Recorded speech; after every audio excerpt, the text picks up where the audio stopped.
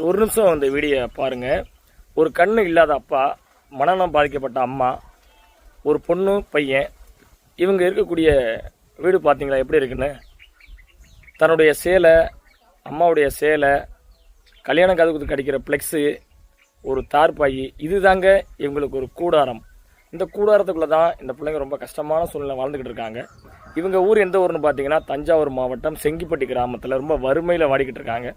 நண்பர்கள் உதவியோட அந்த குடும்பத்திற்கு வீடு கட்டுறதுக்காக நம்ம ஃபேஸ் மட்டும் நான் போட்டு வச்சுருக்கேன், அந்த வீடியோ வச்சுருக்கேன் பாருங்கள். இன்னும் இந்த வீடு கட்டுமான பணியை முடிக்கிறதுக்கு பெரிய லெவலில் உதவி தேவைப்படுது.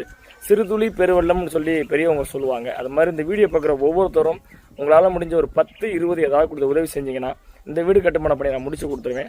நம்ம கட்டி கொடுக்க போகிற இந்த வீடு பார்த்தீங்கன்னா 12வது வீடு. ஏற்கனவே நம்ம 11வது வீடு கட்டி நம்ம பால் காய்ச்சி கொடுத்துட்டோம். 12வது வீடு கட்டுமான பணி ஆரம்பிக்கணும்.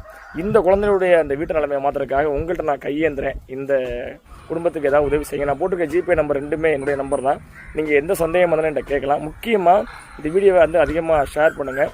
இன்னொரு விஷயம் நீங்கள் செய்யணும் என்ன அப்படின்னா, நம்ம ஃபேஸ்புக் பேஜை ஃபாலோ பண்ணிக்கங்க. கீழே ஃபாலோ இருக்கும், அதை ஃபாலோ பண்ணிக்கோங்க. அப்போ தான் அந்த வீடு கட்டுமான பணி எந்தளவுக்கு நம்ம வேலை பார்த்துட்ருக்கோம், எந்தளவுக்கு வேலை நடந்துகிட்டு இருக்கு அப்படிங்கிறத முழு வீடியோவை நீங்கள் அப்பப்போ நீங்கள் பார்த்துக்க முடியும். அதிகமாக பயிருங்க. இந்த ஏழை குடும்பத்துக்கு வீடு கட்டுறதுக்காக கொஞ்சம் எல்லாரும் உதவி செய்யுங்க. ஒரு 10 ரூபா 20 ரூபா கொடுத்து உதவி செய்யுங்க நண்பர்களே. அது போதும். எல்லாரும் சேர்ந்து அந்த வீட்டுக்கு எல்லாரும் ஒரு விளக்கு ஏற்றி வைப்போம் நண்பர்களே. அதிகமாக பயிருங்க.